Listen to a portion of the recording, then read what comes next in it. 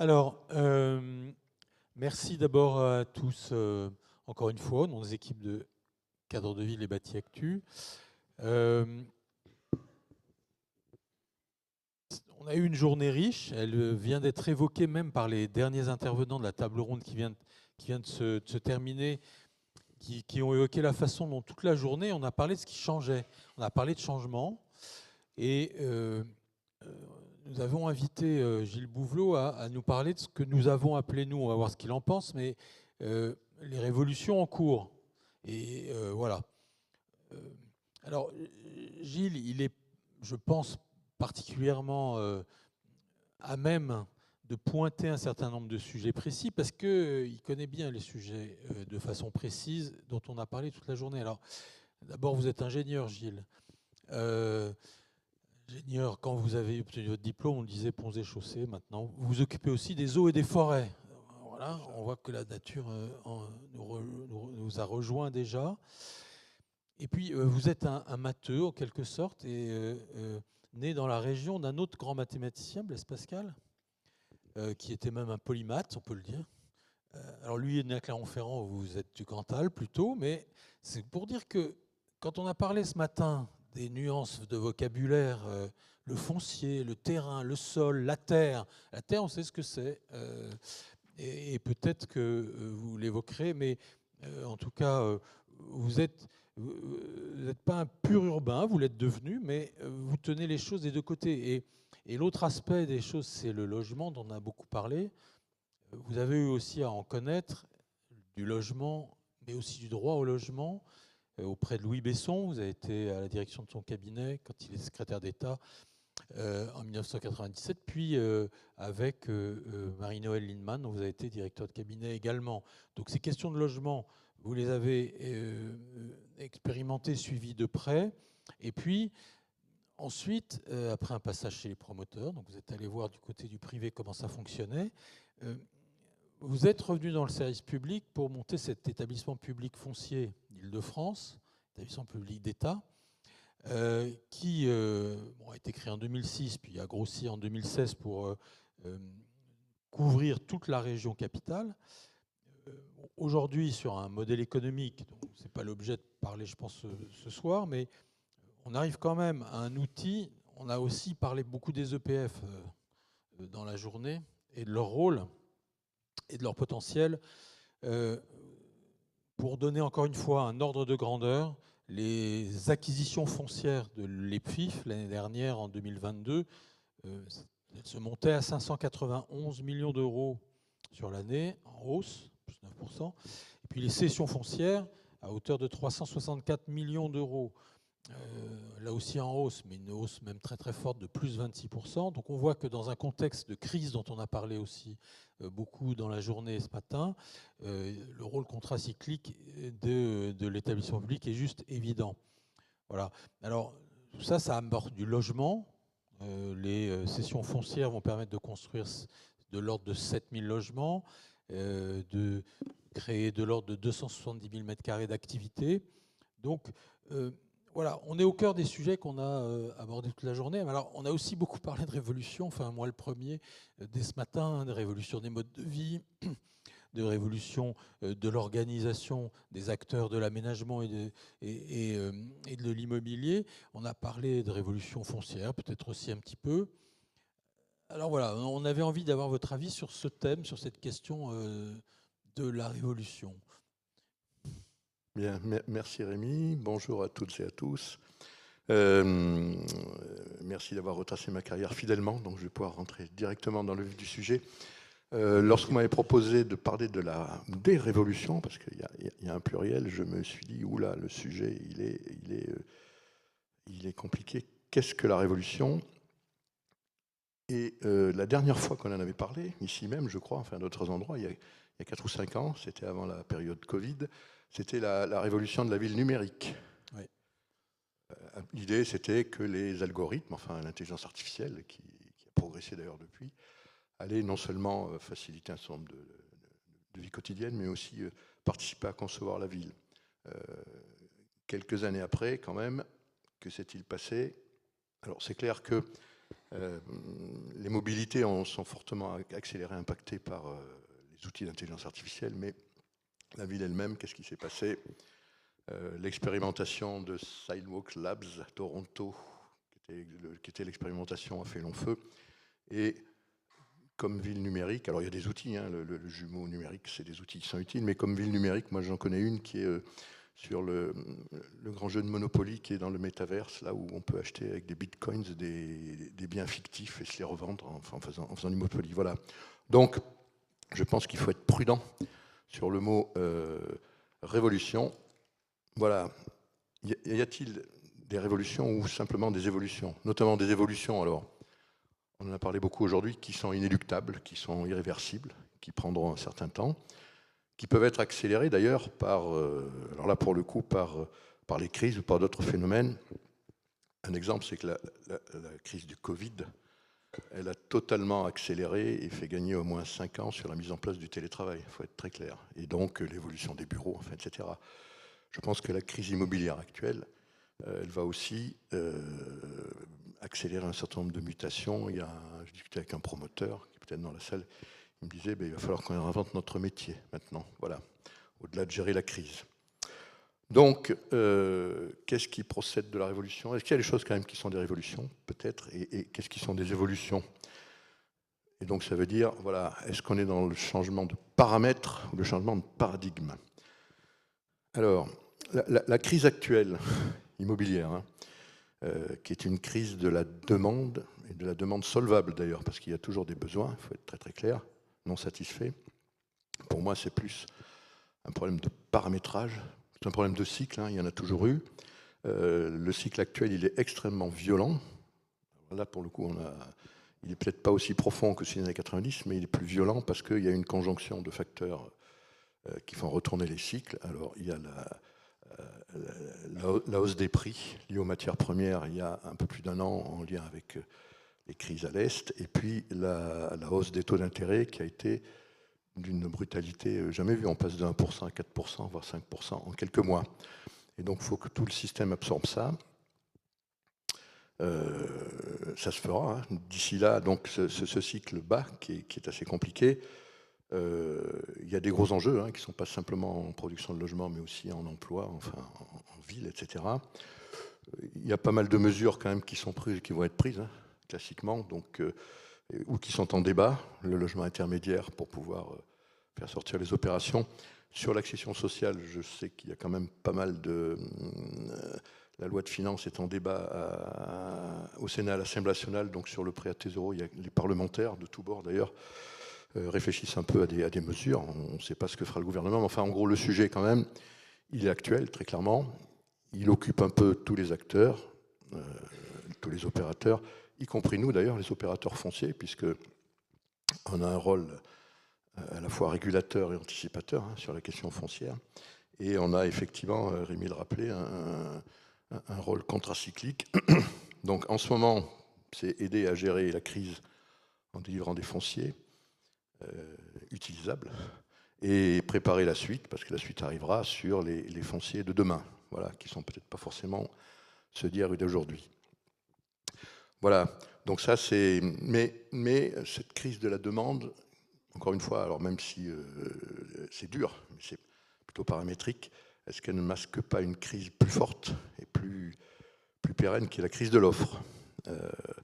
Alors, selon les experts, disons, ministère des Finances, direction du Trésor, 350 000 logements sur une étude d'il y a 10 ans, dit ça suffit. Voilà. L'Union sociale de l'habitat, sur une étude tout aussi sérieuse, intégrant les retards pris, c'est un peu plus de 600 000 logements. Voilà.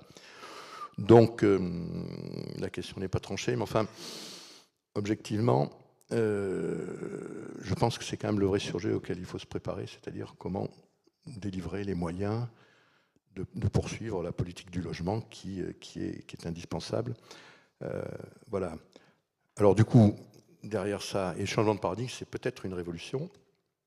Alors, est-ce que une révolution, c'est la fin de quelque chose, c'est le début de quelque chose? Alors, on va avoir la fin de quoi? Allez. Donc, j'essaye d'être volontairement provocateur, comme c'est la fin de la soirée. La fin des métropoles.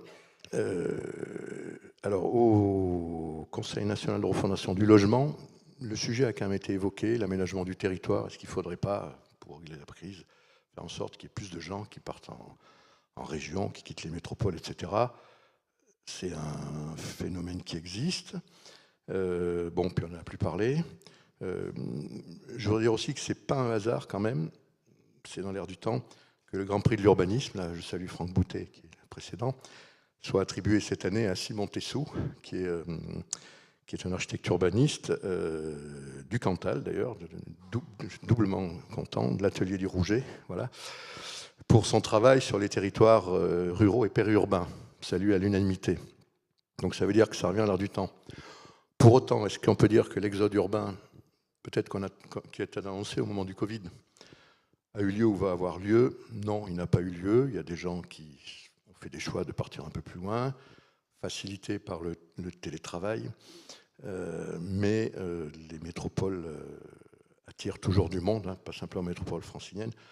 En Île-de-France, le scénario, c'est que la population va continuer à croître encore un peu jusqu'en 2000, pendant encore 20 ou 30 ans. Je pense que Jean-Philippe, ce matin, du moins Clément a dû en parler, puisqu'il prépare le SDRIF E de la région Île-de-France.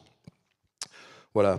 Par contre, ce qu'il faut constater quand même, c'est que la vision des métropoles, alors c'est pas simplement la métropole parisienne, hein, donc toutes les grandes capitales régionales, voilà.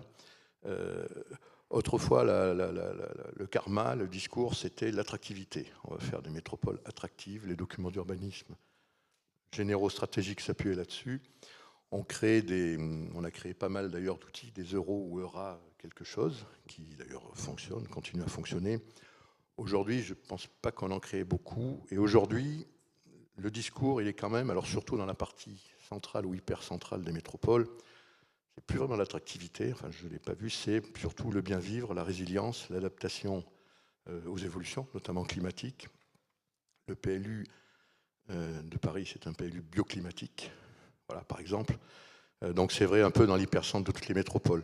On peut penser que les gens qui y vivent n'ont plus l'inquiétude de l'emploi, finalement, de l'attractivité, et qu'ils pensent effectivement à d'autres enjeux. Donc tout ça, c'est une évolution qui est prise en compte évidemment dans toutes les politiques publiques et qu'il faut prendre en compte aussi dans nos actions de professionnels, puisque dans la salle, il y a beaucoup de professionnels. Mais donc, les métropoles ne sont pas finies. Simplement, le regard qui est porté sur elles, notamment par leurs propres habitants, évidemment, est en train de changer. Alors, autre sujet, voilà. Est-ce la fin du code de l'urbanisme? Alors, le code de l'urbanisme, il date quand même dans sa structure des années 60, la loi d'orientation foncière, hein. Donc l'époque de l'extension urbaine, avec les outils, la ZAC, la ZAD, le POS, le permis de construire. Enfin, le POS est devenu PLU. Tous ces outils ont été quand même adaptés au fil du temps aux évolutions, donc la décentralisation, le fait que désormais on refait la ville sur la ville, et on a arrêté de fait de l'étendre, hein. Il y a pas mal de lois qui ont fait ça, la loi SRU à laquelle j'ai participé, mais la loi Elan, enfin, etc., la loi Allure. Mais ça sera encore adapté. Mais je pense qu'il faut bien voir aujourd'hui que le droit de l'urbanisme dans notre pays, il est en train de passer dans les faits d'un droit administratif de caractère latin, c'est-à-dire il y a une règle qui est définie par la science publique, donc ça s'appelle le PLU, hein, avec un droit à construire. Donc vous demandez une autorisation, vous l'obtenez si vous êtes conforme. Si les gens ne sont pas d'accord, et ça arrive, ils saisissent le juge qui dit vous êtes conforme ou pas, etc. De ce droit latin classique à un droit de type anglo-saxon où les décisions, bon, elles sont concertées évidemment, hein, aujourd'hui on pratique la concertation, mais elles sont en fait négociées. La négociation, c'est PLU moins un étage ou moins 2 étages, quand il y a un permis de construire, ça se négocie. Il y a des promoteurs dans la salle, je pense, qui pourront confirmer qu'en Ile-de-France, il y a un permis de construire sur 2 qui est attaqué. Un sur 2, enfin 2 mois sur les terrains EPF, mais je pense que ça va être le cas. Évidemment, derrière, on négocie. Les arguments de négociation, ils ne sont pas seulement philosophiques, il faut être clair, ils sont assez parfois sonnants et trébuchants. Donc on est dans une négociation classique, très clairement anglo-saxon. Dans certains pays anglo-saxons, vous négociez avec le voisin le droit à construire qu'il a pour le prendre chez vous. Voilà, Voilà. Alors, question, est-ce que ça va durer quand même? Parce que il n'y a pas besoin des grands clairs aujourd'hui pour voir que les bilans des opérateurs, ils ne permettent plus cette marge qui permet, quand on a bien vendu et qu'on risque de perdre 18 mois à gérer un recours, d'aller discuter avec les riverains. Je pense qu'il n'y a plus ça dans les bilans. Et deuxième chose, la vitesse des ventes n'étant pas extraordinaire, on n'a peut-être pas forcément intérêt à accélérer les processus. Voilà. Mais c'est quand même un vrai sujet à observer. Et peut-être qu'un jour, il faudra réformer le code de l'urbanisme pour lui donner ce caractère de fait anglo-saxon. Alors ça, ce serait une révolution. Hein. Ça se discute en ce moment, hein, vous le savez. Oui, absolument. Il y a eu des propositions, congrès des notaires, le Grido fait de nouvelles propositions dans ce sens, de permis de construire qui seraient concertés et donc, en quelque sorte, soustraits à des recours successifs parce qu'ils auraient été concertés en amont, donc en fait négociés. Quoi. Oui, absolument. Il y a d'ailleurs des collectivités qui disent on fait d'abord la concertation avant l'instruction du permis. Voilà. Donc l'instruction, c'est conformité à des règles, elles existent. Voilà. Donc ça prouve bien qu'on est en train d'évoluer. C'est le sens, en certaine manière, le sens de l'histoire, hein, puisque ça se passe comme ça. Voilà. Alors, autre chose qui peuvent... voilà, la fin du carbone. Là, c'est plus simple, puisque on est en pleine transition écologique, avec des enjeux qui sont à la fois locaux et planétaires. Hein. Tous les acteurs, d'ailleurs, professionnels, ont, par rapport à tout ça, leur feuille de route et leur référentiel. Hein. Les aménageurs, les collectivités, les promoteurs. Nous aussi, à l'EPF, on a un référentiel qui s'appelle ABCD, donc artificialisation, biodiversité, carbone et déchets à recycler, sur lequel on s'appuie pour notre trajectoire. Alors, la fin du carbone, je pense qu'elle viendra dans la construction. Elle viendra progressivement quand même, parce qu'on le remplace par quoi? Par du biosourcé, par du géosourcé. Il ne faut pas oublier que la pierre, c'est aussi un matériau, alors même si les carrières, ce n'est pas terrible sur le plan de l'environnement, c'est un matériau très écologique par rapport à ça. Et puis par le recyclage ou le réemploi des déchets de démolition. Donc tout ça se fera progressivement. Alors il y a évidemment des textes hein, qui demandent des bilans carbone, etc., qu'on applique, des trajectoires. Il faut bien comprendre que ça se fera à une vitesse qu'on ne maîtrise pas encore, parce que le constat qu'on peut faire aujourd'hui, c'est que les filières, la filière bois notamment, et les autres aussi, elles se constituent, elles s'adaptent, elles ont besoin quand même de se constituer pour faire face à la masse de la demande, à la fois en termes de production et à la fois en termes d'économie. Je ne sais pas qui me disait que pour faire un logement en bois, il faut couper 13 arbres. Voilà, donc il faut d'abord que ces arbres poussent, pour être très clair. Voilà, mais enfin, la fin du carbone, on y va ou la quasi-fin du carbone, on y va à horizon de quelques... Je ne sais pas si c'est des décennies ou... Oui. Autre sujet, alors c'est pareil, la fin de l'artificialisation. Là, pour le coup, c'est inscrit dans les textes, enfin, au moins en France. Donc la loi climat et résilience, la politique du ZAN avec des calendriers. Je rappelle que l'échéancier, c'est 2050. Il est fortement anticipé d'ailleurs par pas mal de collectivités hein, dans leurs documents et dans leur propre stratégie. Il faut quand même dire une chose, quand on parle de fin de l'artificialisation et de ZAN, il y a deux échelles, il y a deux niveaux. Il y a la grande échelle, c'est-à-dire l'arrêt de consommation d'espaces naturels, agricoles, forestiers, pour étendre les agglomérations, donc avec des trajectoires de limitation, etc., qui sont débattues d'ailleurs, parce que le Sénat notamment a pas mal travaillé là-dessus. Ça, c'est la grande artificialisation, c'est les grands enjeux macroéconomiques de santé, de sécurité alimentaire, etc. Et puis il y a une échelle plus fine, qui est l'échelle intra-urbaine, où là, il ne s'agit pas par des îlots de fraîcheur de modifier le bilan carbone de la planète, il faut être clair, il s'agit de modifier la manière de vivre autour de cet îlot de fraîcheur. Et à cette échelle-là, c'est plus la demande de nature en ville, je crois, qu'on voit arriver, enfin, sous toutes ces formes d'usage qui ne sont pas artificialisants. Pour vous donner un exemple, à l'EPF Île-de-France, donc on a une politique ZAN nette à horizon 2025 sur nos projets. Qu'est-ce qui se passe quand on travaille dans la métropole du Grand Paris, tout est à peu près artificiel. L'action d'aménagement, d'ailleurs, les opérateurs sont là, ça consiste à remplacer un entrepôt avec un parking, tout est artificiel, par un petit écoquartier avec 30% d'espace perméable d'ailleurs, c'est le PLU, des espaces verts, etc. Donc largement, le recyclage urbain dans les parties centrales, disons, des métropoles, hein, parce que c'est pas qu'à la métropole parisienne, ça désartificialise de fait. Bon, par contre, quand on est plus en grande couronne, très clairement, remplacer 3 pavillons avec leur jardin par un petit immeuble collectif, l'emprise au sol est supérieure. Et donc, en net, on arrive à peu près, enfin c'est notre objectif, à ce zéro artificialisation nette.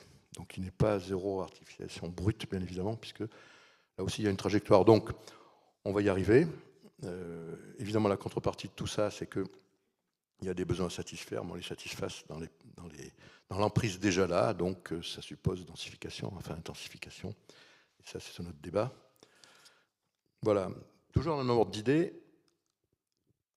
va-t-on voir la fin de la démolition? Certains le disent, il y a même des documents de ministres qui, en gros, l'empêchent. Alors, un témoignage, je vais vous montrer des images, voilà. Voilà. Ça, ce sont l'an dernier à l'EPF, sur plus d'une centaine d'opérations de logement hein, dont on a cédé les fonciers. Il y en a 30% qui sont des opérations où il y a un bâti, donc ce n'est pas forcément un terrain, un bâti qui est réhabilité totalement ou partiellement, au moins en partie. Un tiers des opérations à peu près, qui représentent à peu près un tiers des logements sociaux que nous produisons. C'est des opérations souvent plus petites, on le voit là, donc c'est à peu près 1/6 de notre production, mais comme c'est souvent social, c'est un tiers des logements sociaux. D'ores et déjà, c'est un processus en cours, hein, on le constate. De plus en plus, nous sommes sollicités pour maîtriser ce type de biens, donc qui sont des fonciers bâtis, qu'on ne démolira pas. Voilà, je pense qu'en plus, avec les textes sur l'allocation des logements classés G, F, E, il y a des propriétaires qui vont sans doute on commence à le voir, hein, qui vont s'en dessaisir, donc c'est faire des opérations derrière. Vous en avez acheté? Pardon? Vous en avez acheté? Pas encore. On commence, on est saisi, voilà. Bon, alors l'intérêt de ça, c'est que c'est clairement déjà en ville, c'est que le bilan, évidemment, on ne démolit pas, il est pas mal, mais quand même, à chaque fois, il y a un diagnostic à faire, il y a une véritable intelligence de ces sujets. Je pourrais vous montrer, donc ça va augmenter, je pourrais vous montrer aussi une série de photos où on voit à peu près les mêmes choses, mais celle-là, le choix a été fait de les démolir et de reconstruire dessus à la place. Donc, 1, ça monte, 2, il faut s'y préparer, 3, je pense qu'il faut que... Il n'y a pas que les bailleurs sociaux qui vont gérer ces biens, qui doivent s'y mettre, mais aussi les promoteurs. J'en discute avec certains, d'ailleurs, ils s'organisent beaucoup, notamment les grands groupes, mais les autres aussi, pour pouvoir intervenir sur ce type de choses. Ce que vous voyez aussi, c'est que ce n'est pas uniquement, et même que partiellement, de la transformation de bureaux en logements, contrairement à ce qu'on a pu dire à un moment. Il y en a, hein, bien évidemment, en lien avec la désaffection de certains bureaux. Mais encore une fois, il y a les immeubles AFG, voilà, ce n'est pas des bureaux, qui peuvent être réhabilités. Donc c'est un vrai phénomène de fond. Je pense par contre qu'il ne faut pas opposer la démolition-reconstruction et la réhabilitation. D'abord parce qu'il n'y a pas vraiment de solution de continuité entre les deux. Il suffit de regarder dans les rues, il y a des opérations où on garde la façade, d'autres on garde la structure, d'autres on garde, etc., etc. Donc tout ça, il y a un optimum qu'il faut calculer au regard du mieux-disant alors économique, hein, parce que c'est une économie écologique et également de qualité de l'habitat qui est derrière. Hein. Enfin, il y a une vraie ingénierie à mettre là-dessus, et une vraie intelligence collective. Voilà, donc il ne faut pas l'opposer les deux, et il ne faut surtout pas croire que ça va régler la politique du logement, parce que qu'on construise 15 logements en gardant ce que vous voyez là, ou qu'on démolisse et qu'on fasse 15 logements, c'est 15 logements. Ce n'est pas forcément les mêmes, mais c'est 15 logements. Voilà, donc il faut absolument pousser là-dessus. D'ailleurs, nous, on commence à s'organiser pour être plus proactif, parce qu'aujourd'hui, on réagit dans le cadre de préemption. Et donc, il ne faut pas en faire un dogme, parce qu'un dogme, ça devient la lutte du bien contre le mal, et de toute façon, on se met à faire des choses pas terribles. Voilà. Mais enfin, ça va monter en régime. Voilà, il faut le savoir. Voilà. Alors, par contre, quelque chose d'un peu plus révolutionnaire, à mon avis, c'est le droit à la nature, en ville, hein, bien sûr. Le droit à la nature, dans la nature, il existe déjà. Le droit à la nature en ville, qui est une aspiration, une demande forte qu'on traduit dans à peu près toutes les politiques. Cette nature en ville a différentes fonctions. Hein. Alors, il y a la fonction îlot de fraîcheur, quand même, dont on a vu ces derniers temps qu'elle est quand même essentielle. Il y a la fonction d'espace récréatif, sanitaire, enfin toutes ces qualités, hein, sociales également, notamment pour les parcs publics. Il y a aussi une fonction de portage de la biodiversité. Bon, alors, encore faut-il savoir laquelle. Hein. Ce qu'aiment les gens en ville, c'est la biodiversité sympathique. C'est-à-dire les hérissons. Enfin, moi, j'ai des hérissons à côté de chez moi. Mais pas les renards, parce que ça attaque votre chat, etc. Donc, c'est une biodiversité apaisée, disons. C'est pas la grande biodiversité. Voilà, mais enfin, tout ça, ça monte. Et je pense que c'est en train, et ça l'aura, sans doute, une valeur quasi, le droit à la nature, donc pour l'instant, il n'est pas écrit, une valeur quasi constitutionnelle. Alors effectivement, le droit au logement qui a été mis en place dans les années 90 avec les lois portées par Louis Besson, il a été, alors c'est toujours un droit à finir de conquérir hein, pour certains, mais il a une valeur constitutionnelle, hein, sans être inscrit dans la Constitution, le conscons l'a calé. Je pense qu'il va arriver la même chose, de fait c'est le cas, pour ce droit à la nature en ville, parce que c'est un besoin, et je pense surtout qu'il faut le penser et l'expliciter, pas simplement parce que sinon on aura, et on le vit, des oppositions systématiques entre droit au logement et droit à la nature. Enfin, quand vous avez... bon, on a tous des sujets où, à la place des 20 logements sociaux qui vont être utiles, vous avez des gens autour qui, c'est leur droit de dire, on préférait un espace vert parce qu'on en a besoin, il n'y en a pas dans le quartier. Voilà, si on ne pense pas le sujet, encore une fois, dans le cadre du droit à la ville, c'était un des sujets du jour, on va faire, voilà, autant poser le sujet, et ça, je pense que c'est une révolution, parce que jusqu'à présent, ça n'a jamais existé. Alors, le droit à la nature, hop, voilà. Et du coup, ça nous met la valeur de la nature. Alors, la nature, c'est au sens large du terme, c'est la valeur environnementale et sociale de ces espaces ou de ces fonctions qui aujourd'hui ne sont pas portées par des charges foncières. Hein. Pas seulement les externalités positives. On sait qu'un logement qui donne sur un parc public, il vaut 10% de plus que le même qui donne sur des logements. Non, non, c'est véritablement les apports, les bénéfices collectifs qu'apportent ces espaces. Alors, il y a eu une keynote tout à l'heure extrêmement intéressante de SNCF Immo qui travaille justement sur la manière de chiffrer tout ça. Bénéfices collectifs et bénéfices aussi de proximité, bien sûr. Donc la valeur. La vraie question, c'est effectivement, parce que ça on saura le faire, la vraie question c'est comment le valoriser au sens clair du terme. Depuis les 30 Glorieuses, en gros, la fabrique de nos villes, elle fonctionne sur le modèle de la charge foncière. La charge foncière, c'est combien vaut le mètre carré constructible pour un usage donné pour lequel les gens sont prêts à payer. Donc, le logement, on l'achète, on le loue, les bureaux, les locaux d'activité, etc., etc. Les politiques publiques, jusqu'à présent, enfin, elles visent à planifier ces différents usages hein, qui apportent des valeurs différentes et à arriver à les mixer. De plus en plus, hein, à une époque, on les juxtaposait, maintenant on les regroupe, ce qui est bien. Mais la vraie révolution, c'est comment arriver à financer ou à donner une valeur et à la confronter aux autres valeurs, cette nature en ville, enfin, au sens large. Alors, il y a des travaux hein, là-dessus. J'ai cité ceux de SNCF Immo. À l'EPF, on travaille sur le concept de charge foncière verte. Alors, c'est un oxymore, mais effectivement, c'est sous la houlette de Guillaume Terraillot qui est là, qui anime notre laboratoire interne. C'est une équipe qui travaille là-dessus. Je sais qu'il y a d'autres acteurs, l'Institut Palladio, qui travaillent sur le bilan économique d'une opération d'aménagement, et puis le bilan social et écologique. Pour l'instant, il y en a un là et un autre là, on peut faire les deux. Comment on regroupe les deux? Donc comment est-ce qu'on valorise ceci? Donc ça, c'est work in progress, si vous voulez. On peut le valoriser de différentes manières. Hein. Il y a les aides fiscales, c'était évoqué tout à l'heure. Alors, soit une fiscalité nationale, c'est le contribuable national qui prend en charge, soit local, etc. Ça peut être par l'impôt direct. traite ça comme un équipement public. La collectivité achète le terrain, finance les travaux. C'est utile. Ça peut être aussi traité par des systèmes de participation ou de compensation, ce qui revient au même. Donc, est-ce qu'il ne faut pas qu'il y ait et qui aboutisse à un marché, hein, comme c'est sur d'autres usages. Vous construisez, mettez du carbone, il faut mettre des arbres, pour faire très simple. Voilà, enfin, c'est un petit peu ça l'idée.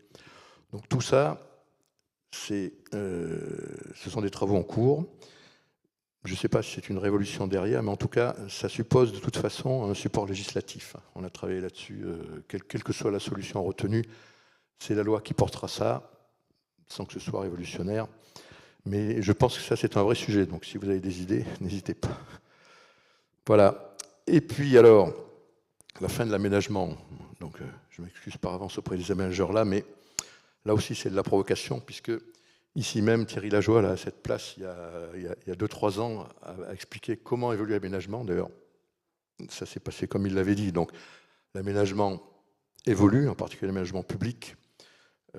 La ZAC, il y en a toujours, mais enfin l'aménageur n'est plus un ZACeur. Et en particulier, il n'est plus un ZACeur, tabula rasa, même en ville. Aujourd'hui, l'aménagement, d'ailleurs c'est sa définition dans la loi, c'est plutôt d'accompagner des mutations de villes déjà là, de cœur de ville ou autres, qui sont souvent multisites d'ailleurs, mais par contre, il s'agit de coordonner tout ça dans le temps et dans l'espace. L'aménagement, c'est ça.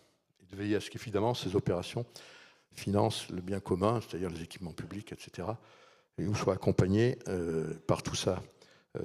Nous, à l'EPF, on commence à travailler pas mal avec des aménageurs qui font ça, en particulier Grand Paris Aménagement, hein, qui commence à investir fortement dans ces sujets. Et je pense que c'est ça l'avenir. Il y aura toujours quelques grands terrains, des grandes friches, voilà, enfin, je vais dire un mot, sur lesquels on peut y aller, voilà, on conservera un peu, mais le vrai sujet, ça va être ça. Donc le métier d'aménageur, au passage, il évolue évidemment hein, vers l'aval. Les aménageurs font souvent de la copromotion pour partager les risques et la valeur, et vers l'amont. Et de manière générale, il y a une reconfiguration de tous les métiers dans la chaîne de la ville. Alors autrefois, du temps des Muets, c'était simple, il y avait l'opérateur foncier qui vendait à l'aménageur, qui vendait au promoteur, qui vendait à l'investisseur, qui louait à l'usager ou qui revendait à l'usager. Tout ça dans une chaîne séquentielle où chacun apportait sa valeur et en captait un peu. Aujourd'hui, ça ne marche plus comme ça, évidemment. Aujourd'hui, c'est concurrent, en fait. Il faut souvent mettre tout le monde autour de la table dès le début de l'opération. Là, je vous montrerai une image. Et donc, on assiste à une reconfiguration, en fait, une combinaison des métiers. Les aménageurs deviennent promoteurs, les promoteurs font de l'aménagement. Les deux commencent à faire les foncières, les investisseurs montent en amont sur la promotion. On a vu un exemple tout à l'heure, enfin, etc. Bon, donc tout ça est bien. Ça prouve simplement que tout le modèle est en train de se reconstruire. Voilà. Alors, c'est pas la fin de l'aménagement, donc, mais est-ce que c'est la fin de la charge foncière, après ce que j'ai dit? Et deux, par quoi est-ce qu'on la remplace, effectivement? Alors, pour rappeler quand même, le foncier, c'est quoi? À la base, pendant longtemps, le foncier, enfin le terrain à bâtir, hein, c'était des terres agricoles, époque des villes nouvelles. Alors, je parle bon de l'agglomération francilienne, mais c'est vrai dans toutes les autres agglomérations. C'est devenu, à partir d'il y a 30 ans, souvent de la friche industrielle, en lien avec la désindustrialisation. Il n'y a quand même plus énormément aujourd'hui, et heureusement. Ce sont aussi des friches publiques, des grandes friches publiques. Les hôpitaux franciliens qui se restructurent, les écoles qui partent sur le plateau de Saclay, ça libère des ténements, en ville en plus, bien situé. Bon, ça fait partie des gisements fonciers sur lesquels beaucoup de gens travaillent aujourd'hui. On a aussi donc les friches tertiaires maintenant, il y en a quand même, hein, même si elles ne sont pas toutes là. Elles sont plus petites, elles sont bien situées. Et puis, il y a les friches commerciales qui arrivent. Alors, il y en a peu en Île-de-France, mais voilà, on sent aussi que les grands groupes, notamment, arbitrent leurs implantations. Assez souvent, quand vous avez un hypermarché ou un supermarché, vous avez un grand parking, qui d'ailleurs n'est plus forcément utilisé, donc on peut faire pas mal de choses là-dessus. Et puis, il y a des friches bâties, tout simplement des immeubles qui sont pas vocation à être démolis. Donc, tout ça, c'est aujourd'hui le foncier. Et donc, ce sont des terrains qui sont déjà urbains à 97%, chiffre PF Île-de-France, hein, déjà bâtis à 80%, et en friche pour une partie, mais pas forcément. Donc la politique foncière et la politique d'aménagement qui consiste à transformer ces choses-là en nouveaux usages, ça transforme quand même foncièrement des actifs qui souvent ont une valeur, des actifs immobiliers qui ont une valeur, en charge foncière ou autre chose, donc en possibilité de construire. Voilà, donc c'est plus forcément du terrain. Et alors, qu'est-ce que c'est derrière la charge foncière? Voilà, ça c'est une image d'une opération qui est réalisée, qui est à Paris, place Félix-Éboué, donc Doménil, où vous voyez la combinaison à la place d'un petit immeuble qu'on voit là, de 4 usages, 4 fonctions, 4 investisseurs. Vous avez un rez-de-chaussée. Évidemment, tout ça a été construit par un seul opérateur, en VFA, par le promoteur. Vous avez un rez-de-chaussée qui a été recédé en paiement en dation au propriétaire initial du site. Vous avez des logements libres, évidemment. Vous avez des logements sociaux en VFA, mais aussi en bail amphithéotique. Donc c'est un bail en l'état futur d'achèvement. Vous avez un sous-sol de parking qui ne sont pas forcément les parkings des immeubles au-dessus, mais qui sont exploités par un autre exploitant, parce qu'il y a besoin de parking dans ces secteurs. Donc voilà. Donc aujourd'hui, évidemment, tout ça est toujours sur un terrain, quand on a revendu ça.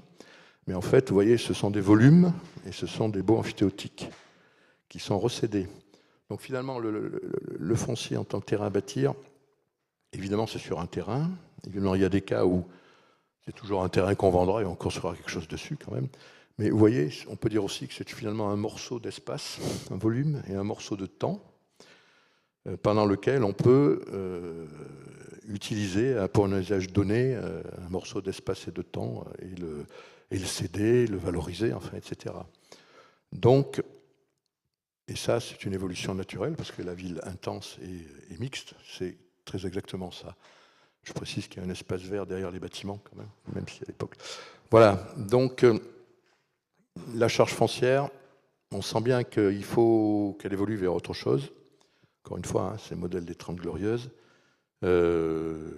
Sincèrement, si j'avais la solution, je vous la donnerais. Voilà. Mais donc l'idée, elle est en l'air.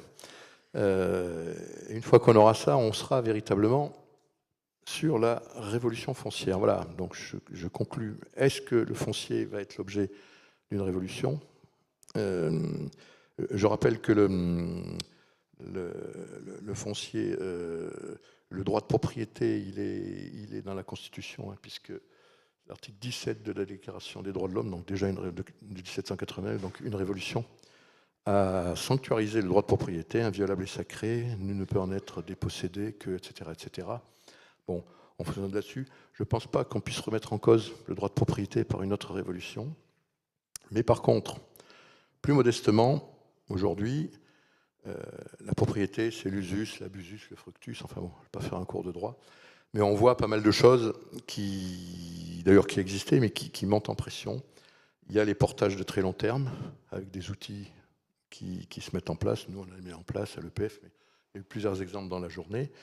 Il y a aussi tout ce qui est le système d'office foncier, en particulier les offices fonciers solidaires, qui marchent bien, qui ne sont pas une réponse à tout, mais qui quand même... Et donc tous les sujets de démembrement, en fait, des différentes fonctions de la propriété.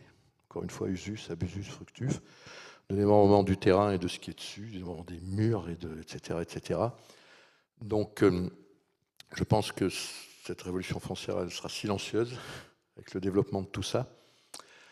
Voilà, alors, les offices fonciers au passage, évidemment, c'est plus facile d'en monter, parce qu'il faut bien payer le foncier au passage ou les biens. Et si on les porte sur 60 ou 70 ans, c'est plus facile quand on emprunte à 1%, voire moins, que quand on emprunte à 4 ou 5. Ça, c'est la vraie équation.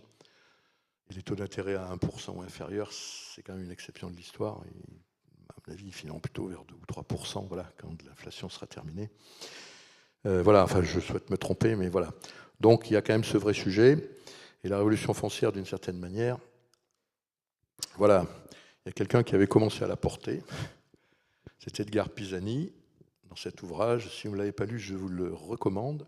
Donc Edgar Pisani a été ministre, la loi d'orientation foncière d'ailleurs c'est lui, du général de Gaulle dans les années 60, dont on parlait tout à l'heure. Et il a commis quelques années après quand même, au début des années 70, cet ouvrage, Utopie foncière, où il est encore d'actualité. Alors, Il n'avait pas vu la fin des Trente Glorieuses, puisqu'elle était encore en cours, ni la décentralisation, donc il n'en parle pas, mais enfin tout le reste est encore parfaitement d'actualité. Notamment, il y a une vision de l'office foncier qui est assez intéressante, qui peut-être sera le support. Alors là, c'est une utopie, est-ce que ça sera une révolution? Eh bien, ce sera ma conclusion, parce que je n'ai pas la réponse, mais je pense qu'il faut qu'on y travaille tous ensemble. Merci de votre attention.